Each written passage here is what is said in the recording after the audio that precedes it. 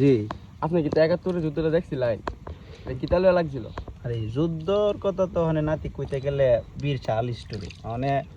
যদি কও যে বলে কুমু যে শর্টকাটে সাইরা লাইতাম তাহলে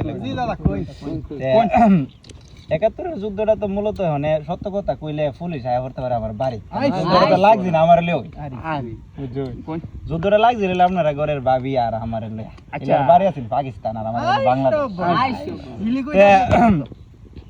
যেহেতু পাকিস্তানের মেয়ে একটু একটু পাওয়ারশালী ইস্যু মরকার সময় তো পাকিস্তান কন্ট্রোল মন্ট্রোল করতো দেশটারে তে আমরাও তো সারেন না বেড়া না সানফরের বেড়া কি সারেন না সারেন না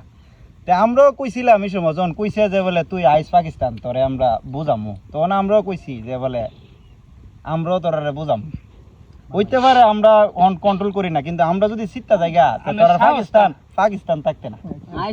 তো এইভাবে যুদ্ধটা লাগছে অন যে আকাশ দেখতেছেন খালি মালি ৭১ তুই খালি আছিস না ভাই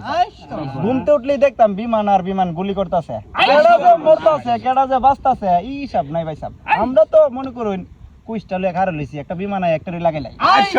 এইভাবে ভাই সাহেব ৬টা মাস যুদ্ধ করছি দেশটা স্বাধীন হইছে ৯ মাসে হ্যাঁ কিন্তু ৬ মাসে আমরা ২১ দিয়া বিমান ফালাইছি এইভাবে আপনার ভাবিরে আমরা এই বাংলাদেশে আনছি পাকিস্তান থেকে শান্তি কইরা তাহলে বুঝুন কি যুদ্ধটা করছি আমরা।